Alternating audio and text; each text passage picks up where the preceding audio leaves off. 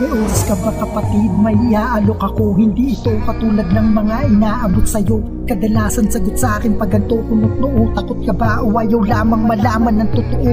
Pag-usapan ni Panginoon, tingay nakasarado. Halintulad sa tahanang pinto-binta na sarado. Di ka handa pagbaba niya, handa ka ba pagbaba mo? May oras pa na pagsisihan, maling nagawa mo. Katulad mo rin akong nilamon ng kamunduhan. Pag nanasa't maduming isip, bakit ko nagustuhan? Mga bagay na ginagawa malang na lang ang tiyan. Di ako nagmamalinis, ginampanan ko lahat yan. Pero isipin mo ang Diyos na sa atin nagbayad sala. Nagreklamo ba? Bumaha kanyang dugo sa lupa.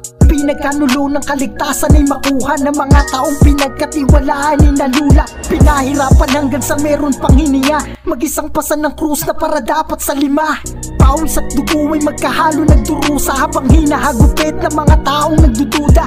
Nada pa babangon tapos patuloy sa lakad. Yung mga nananakit pa ang hinihingi ng tawad. Walang lagukang tubig sa initan nakababad. Halos malutong paglapat ng talampakan at palad. Lubak na tinatahak na ang dulo kamatayan. Buong tapang hinarap at kaya niya nagawa yan. Mahal niya tayong tao kahit na makasalanan. Kahit buhay kapalit, di niya tayo pinabayaan. Pinako siya sa krus nang walang kalaban-laban. Kada palo pagbaon, sakit siya ay tinatawanan. Paghihirap niya ay kanilang kaginhawaan. Mga tao na bulag sa salapit kapangyarihan. Walang awa lumalatay, kada palo ng latigo sa buong katawan. Ng masaklap ang kasunod nito, kadenang merong sima sa talim. Halos labas buto, suotang koronang tinik na halos tagos bungo. Ansukuan tayo sa isip niya, hindi na buo. Kamatayan niya bagong pag-asa ang siyang simbolo. Ikaw na siyang nakikinig, meron lamang tanong sa'yo. Anong magagawa mo para lang masuklian ito? Di usapan dito kung suot mo may kwelo. Ang importante ipamuhay natin ang ebanghelyo. Sa kalupaan upang ang kaligtasan maselo. At di maging ligaw na tila ba apoy ni San Telmo.